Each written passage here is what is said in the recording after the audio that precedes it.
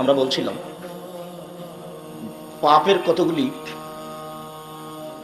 মহাপাপ আছে, কিন্তু দুনিয়াবি শাস্তি নেই। যেমন সবচেয়ে বড় পাপ হলো আল্লাহর সাথে শিরক করা, পাপের জগতে সবচেয়ে বড় পাপ, কিন্তু তার দুনিয়াবি কোনো শাস্তি নেই। পাপের জগতে সিরিয়াল দ্বিতীয় মহাপাপ হলো পিতামাতার অবাধ্য চলা, কিন্তু তার দুনিয়াবি কোনো শাস্তি নেই। পাপের তৃতীয় মহাপাপ হলো মিথ্যা সাক্ষী দেওয়া, কিন্তু তার দুনিয়াবি কোনো শাস্তি নেই। পাপের মহাপাপ হলো সুদ দেওয়া, সুদ খাওয়া, ঘুষ দেওয়া, কিন্তু তার দুনিয়াবি কোনো শাস্তি নেই।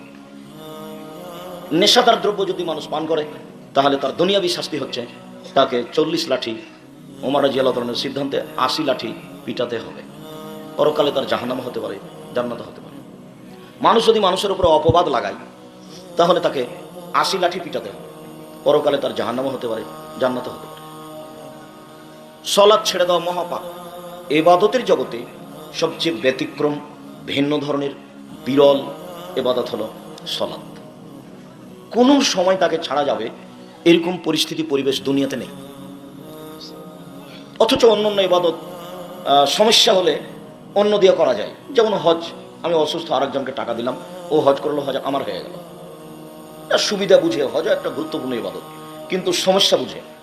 সিয়াম, রোজা একটা গুরুত্বপূর্ণ ইবাদত, বলতে গেলে ইবাদতের জগতে সবচেয়ে দামি ইবাদত, যা দিয়ে আল্লাহকে সন্তুষ্ট করা যায়। এই সিয়াম মানুষ যদি অসুস্থ হয় তাহলে নিজে না করে আরেকজনকে করাতে পারে।